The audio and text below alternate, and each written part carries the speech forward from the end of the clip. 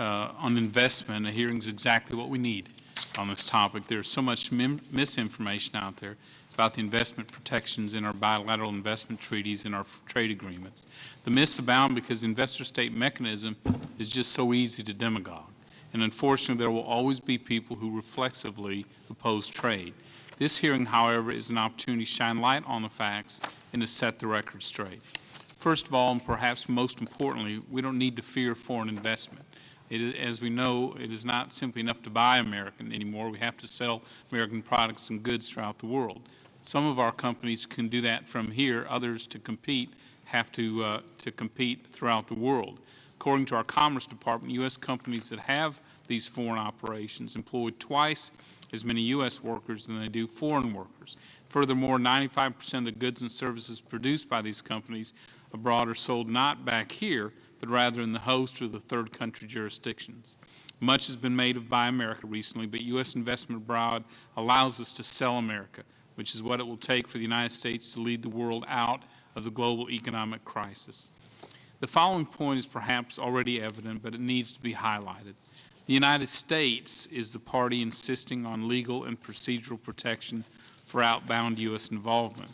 The U.S. bilateral investment treaties and investment chapters in our bilateral and regional free trade agreements benefit our guys. We demand these provisions because they safeguard U.S. investments in foreign countries by shielding the investments from expropriation without compensation, as well as from discriminatory and inequitable treatment by foreign governments.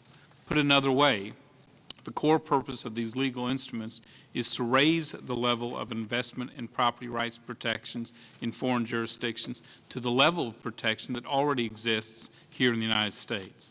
The investor-state mechanism is designed to accomplish the same fundamental goal. It's meant to raise for U.S. investors abroad the level of protection, in this case dispute settlement due process rights, that exist for the equal benefit of domestic and foreign investors here in the United States. In fact, the investor-state mechanism is often credited with helping to instill the rule of law in developing countries. In a sense, the investor-state mechanism allows the United States to export our constitutional procedural due process standard to our trading partners. I have no problem with that. I'm sure we'll hear today the investor-state mechanism exposes the United States to an endless stream of costly, frivolous, and invasive arbitration brought by foreigners. Well, I've looked into the allegations, and here's what my research shows.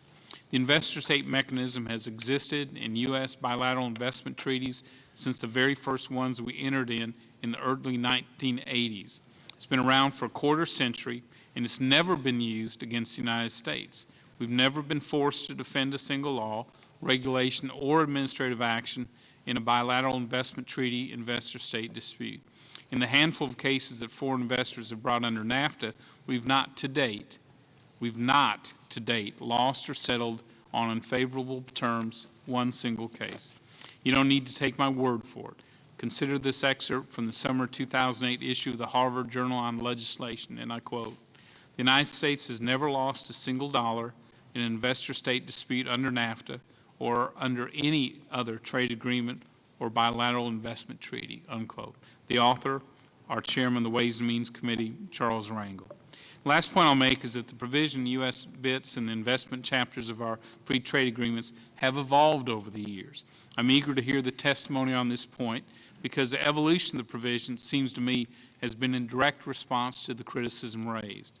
Changes and clarifications that were made to our investment language include provisions to require that panels consider the same U.S. Supreme Court factors that U.S. courts consider when determining whether there's been an expropriation of property, provisions to allow panels to dismiss frivolous claims at an early stage of the proceedings, and provisions that clarify that environmental and other public welfare regulations are presumed not to constitute indirect expropriations. Furthermore, the landmark May 10th deal added language to Peru and our pending free trade agreements with Colombia, Panama, and South Korea. Then foreign investors are not accorded greater substantive rights with respect to investment protections than domestic investors under domestic laws here in the U.S. These changes taken together strike me as a compromise that aims for the right balance between the interest of U.S. regulators on the one hand and U.S. investment abroad on the other. I welcome all the witnesses this morning. Look forward to your testimony. Mr. Chairman, I yield.